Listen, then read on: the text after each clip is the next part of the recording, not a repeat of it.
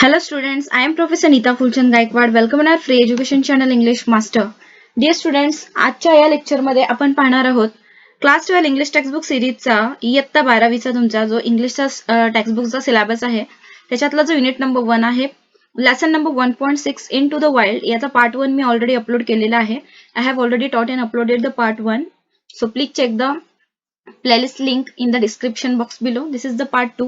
Let's learn the part 2 with full explanation in Marathi and keep supporting to our English Master channel. Thanks a lot for your love and support, dear students and parents. So चला सुरुवात करूया. Do like, share, subscribe. हा आहे part 2. Okay, this is the part 2 in the lesson into the wild. म्हणजे आपला पण part 2 आहे जो शिकणार आहोत आणि actual lesson मध्ये पण हा part 2 आहे. Tracking the panther of Nagarhole म्हणजे नागरहोल मधला पॅन्थर म्हणजे काय स्टुडंट चित्ता. नागरहोलच्या चित्त्याचा मागोवा घेणे किंवा पाठलाग करणे आपण असं म्हणूया. Shaaz Jung is a wildlife photographer. Shaaz Jung जे आहेत ते एक वन्यचित्र छायाचित्रकार आहेत. सिनेमॅटोग्राफर म्हणजे चलचित्रकार. बिग कॅट ट्रॅकर म्हणजे ज्या मोठ्या मांजरी मीन्स वॉट की वाघ आहे, सिंह आहे, चित्ता आहे, बिबटे आहे etcetera. Man animal conflict resolution seeker and lodge owner. Man animal म्हणजे मनुष्य आणि प्राणी. कॉन्फ्लिक्ट म्हणजे संघर्ष आणि रेझोल्युशन म्हणजे त्या संघर्षावरचं निराकरण करणे. So man animal conflict resolution seeker मानव आणि प्राणी जे आहेत त्यांच्यातले जे संघर्ष होत असतो. ठीक आहे. सो याच्यामधला निराकरण करणे आणि ते एका लॉजचे मालकही होते. ऑल रोल्ड इंटू वन असे सगळ्याच गोष्टी एकाच ठिकाणी एकवटलेले ते एक बहुआयामी एक पर्सनॅलिटी होते, व्यक्तिमत्व होते. when he is away from the jungles of Nagarhole आणि जेव्हा केव्हा ते कधी नागरहोलच्या जंगलापासून लांब असायचे. It means officially called the Rajiv Gandhi national park. आता याला ऑफिशियली अधिकृतपणे राजीव गांधी नॅशनल पार्क म्हणून ओळखलं जातं. आणि he is leading photography safaris in Africa. जेव्हा ते या जंगलापासून दूर असायचे ते आफ्रिकाला जे फोटोग्राफीच्या सफारीज आहेत ते घेऊन जायचे. और showcasing his work at art galleries in capital cities किंवा मग जे मुख्य ठिकाणं आहेत राजधानीच्या शहरांमध्ये ते आर्ट गॅलऱ्यांमध्ये त्यांच्या कलाकृतींचे प्रदर्शन करायचे. And speaking to those interested in conserving the planet's riches. Conservation म्हणजेच काय की संवर्धन. प्लॅनेट्स रिचेस म्हणजे आपण असं म्हणूया की निसर्गाचं पृथ्वीवरील संपत्तीचं जतन करण्यास इच्छुक असणाऱ्यांशी ते संवाद साधायचे.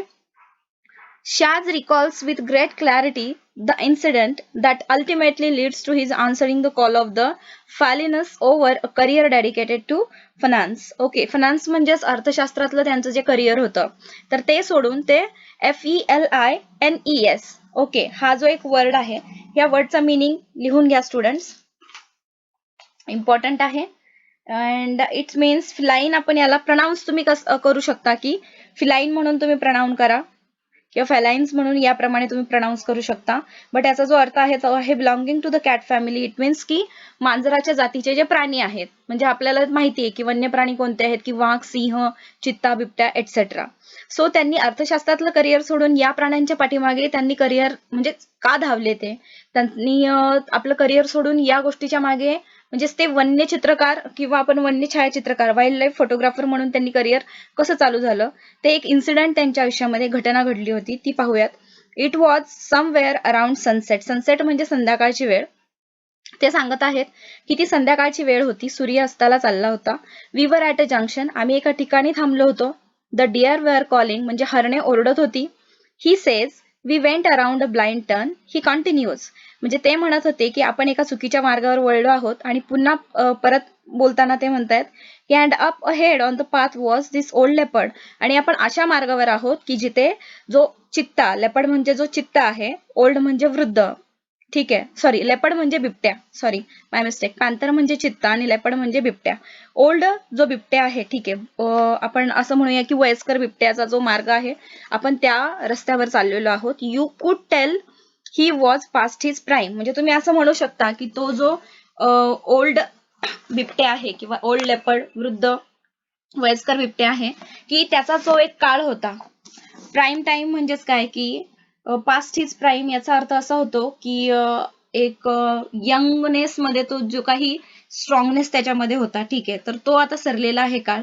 The jungle had taken a toll on him. या वाक्याचा अर्थ असा होतो की त्या जंगलामध्ये त्याला आता राहण्यासाठी संघर्ष करावा लागत होता आणि त्याच्या शरीरावरच्या जखमा हे सांगत होत्या he had only 3 cannons. 3 cannons means what, की सुळेदात. ओके, CANNES, कॅनन्स म्हणजे सुळेदात.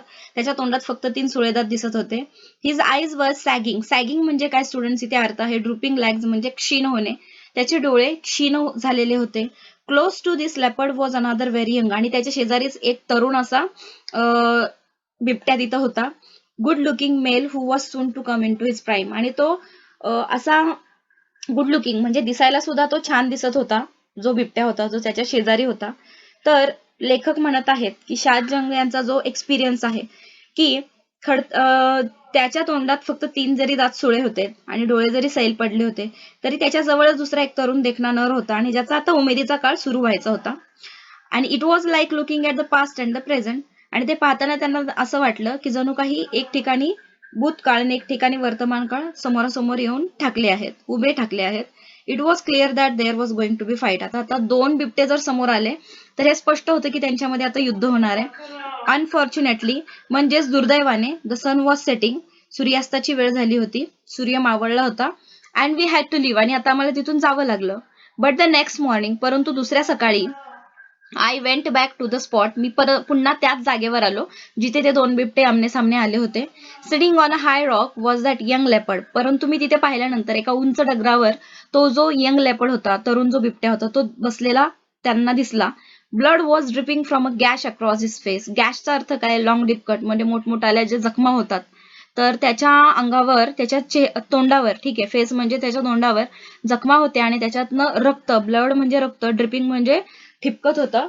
ही sat there like he was king of the jungle. आणि तो अशा तोऱ्यात बसला होता की जणू काय आता तो त्या जंगलाचा राजा आहे. I knew right then that he had taken over. आणि आता लेखकाला, आपल्या शाहजंगला कळालं की त्याच्या त्या हावभावावरून की आता त्याने तिथलं जे साम्राज्य आहे ते मिळवलेलं आहे आणि त्याने तिथलं राज्य मिळवलेलं आहे. That it was the beginning of a new journey for him and for me. आणि हीच ती वेळ होती त्या यंग बिबट्यासाठी, त्याची एक नवी जर्नी सुरू झाली होती. आणि त्याचबरोबर शाहजंग यांची सुद्धा एक जर्नी सुरू झाली आहे. पाहूया कशी. Photographs of that leopard the victor Scarface as Shaaz named him. म्हणजे शाहजंग यांनी तो जो यंग बिबट्या होता त्याला नाव काय दिलं होतं, स्कारफेस. आणि द विक्टर म्हणजे तो विजेता होता. त्याचे फोटोज यांनी शाहजंग यांनी काढले. Not only made Shaz famous among India's wild life community. यामुळे ना ते भारतीय वन्य जीवनाची जी काही कम्युनिटी आहे, वन्य विभाग जो आहे भारतातला, त्याच्यामध्ये फेमस झाले.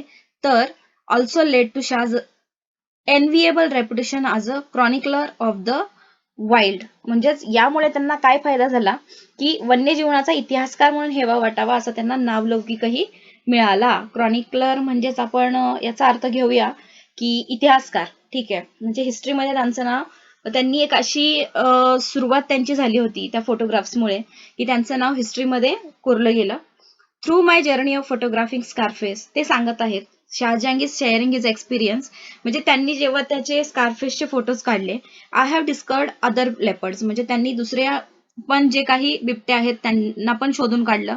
His mates and discovered his nemesis tigers. His mates म्हणजे त्यांचे जे, आपण असं म्हणूयात की स्कारफेसचा मागोवा घेताना, म्हणजे स्कारफेसच्या पाठीमागे असताना त्यांना बऱ्याच गोष्टी तिथे पाहायला मिळाल्या.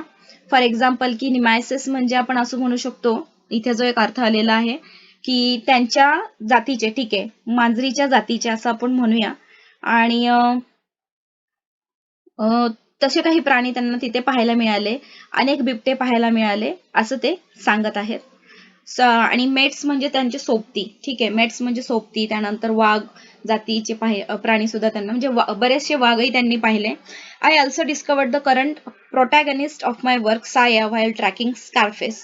आणि आता त्यांनी स्कारफेसचा मागोवा घेत असतानाच त्यांना आता त्यांच्या कामातला एक मेन नायक मिळाला होता. प्रोटॅगनिस्ट म्हणजे नायक, आणि त्याचं नाव होतं Saya. This is the world's first black panther. हा जगातला पहिला काळा चित्ता होता. The behaviour of which is being documented so intimately on camera by tracking its movements. आणि त्याच्या ज्या काही हालचाली आहेत त्या शाहजंग यांनी इतक्या बारीकपणे टिपलेल्या होत्या त्यांच्या कॅमेऱ्यामध्ये.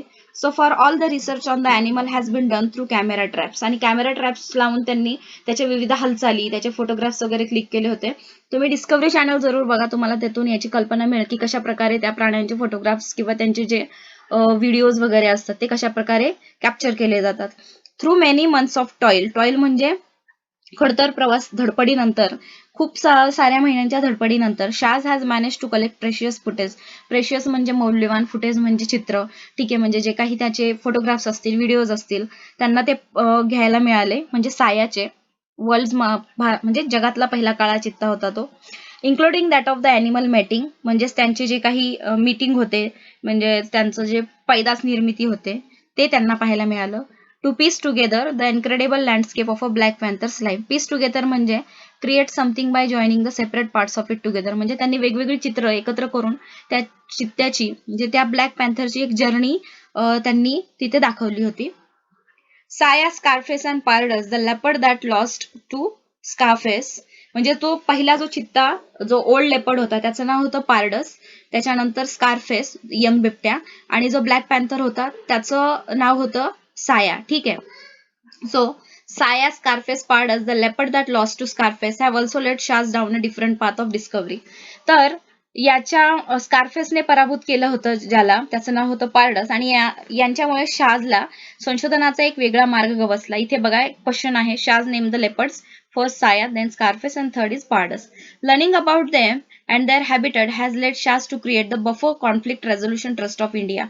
BCRTI ची स्थापना त्यांनी केली, भारतीय बफर कॉन्फ्लिक्ट रेझोल्युशन ट्रस्ट. कारण त्यांना हे लक्षात आलं होतं की त्यांची वास्तव्याची ठिकाणे नष्ट होत आहेत, चित्त्यांची आणि बिबट्यांची. त्यामुळे त्यांनी हे कॉन्ट्रीब्युशन घेतलं. It's an agency that educates villagers who live on the fringe of the forest on the importance of conservation.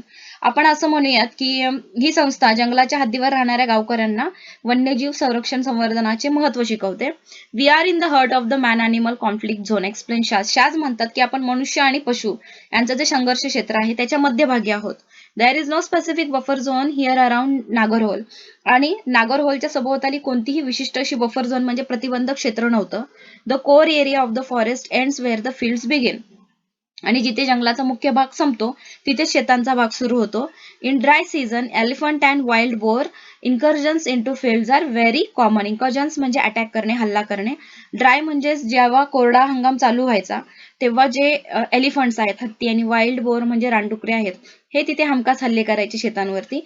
Older leopards म्हणजेच पारडस सारखे जे ओल्डर म्हणजेच वृद्ध जे आपण वयस्कर जे बिबटे होते, ठीक आहे. So like Pardus who have lost territory in the forest often carry away livestock from villages. म्हणजे ते काय करायचे की त्यांचा आता हद्द, म्हणजे त्यांना एखाद्या बिबट्याने जर एका जागेवर कब्जा केला तर दुसऱ्या बिबट्याला तो तिथे येऊ देत नाही. त्याच्यामुळे हा बिबट्या काय करायचा की ह्याच्यासारखे जे अजून बिबटे होते ते शेतामधले, म्हणजे गावकऱ्यांची जी प्राणी आहेत, ठीक आहे, पाळीव प्राणी, त्यांना पळवून नेत असत आणि आपली भूक भागवत असत. This creates resentment among local towards the animals on occasions leading to unpleasant situation. याच्यामुळे एक आपण म्हणू शकतो ना, गावकऱ्यांमध्ये असंतोष निर्माण झाला होता त्या प्राण्याने. की putting tourist currency to good use under द BCRTI umbrella, Shaz provides local with vocational training. म्हणजेच काय की तिथे जे पर्यटक यायचे, ओके, तर इथे शाज सांगत आहेत की पर्यटक चलनाचा योग्य वापर करण्याच्या उद्देशाने त्यांनी स्थानिकांना वन्यजीव संवर्धनाचे फायदे असतील, महत्व असेल, याविषयी प्रशिक्षण दिलं. with the aim of educating local people about the conservation and to help them benefit from tourist currency. तर त्यांनी काय केलं की पर्यटकांच्या चलनाचा फायदा तिथल्या लोकांना कसा मिळू शकेल त्यासाठी त्यांनी प्रयत्न केले. The visitors at the resort are welcome to volunteer to teach skills training class of their choice. आणि पर्यटन निवासामध्ये जे येणारे पाहुणे आहेत त्यांच्या आवडीचा कौशल्य प्रशिक्षण वर्ग शिकवण्यासाठी अगत्याने त्यांना निमंत्रित केलं जायचं.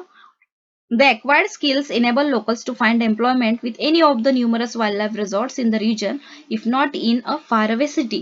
याच्यामुळे काय झालं, हे सगळं कौशल्य जे आहे हे शिकल्यामुळं तिथले जे स्थानिक लोक होते कुठेही लांब न जाता जवळपासच्या एखाद्या वन्यजीव पर्यटन निवासामध्ये त्यांना काम मिळवणं सोपं झालं होतं. म्हणजे त्यांना इन्कम सोर्स एक तिथे संधी निर्माण झाली होती. आता इथे एक उदाहरण दिलेलं आहे. Madegowda is one such local agriculturist who is trained at BCRTI and is now a certified naturalist employed by the bison. by the bison. Sir Madegowda नावाचा तिथला एक स्थानिक कृषी तज्ञ आहे जो आता BCRTI मध्ये प्रशिक्षण घेत आहे आणि तो आता द बायसन मध्ये प्रमाणित निसर्गवादी म्हणून काम करतो.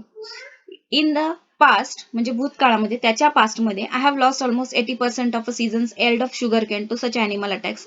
या प्राण्यांच्या हल्ल्यांमुळे 80% त्याचं शुगर केन म्हणजे ऊसाच्या शेतीचं नुकसान झालं होतं. I use to hate them, आणि त्याच्यामुळे माडेगौडा त्या प्राण्यांशी नफरत करायचा. But now I have learn how important this animals are the value of protecting them. परंतु आता त्यांना कळाले की या प्राण्यांचं संवर्धन करणं किती महत्वाचं आहे.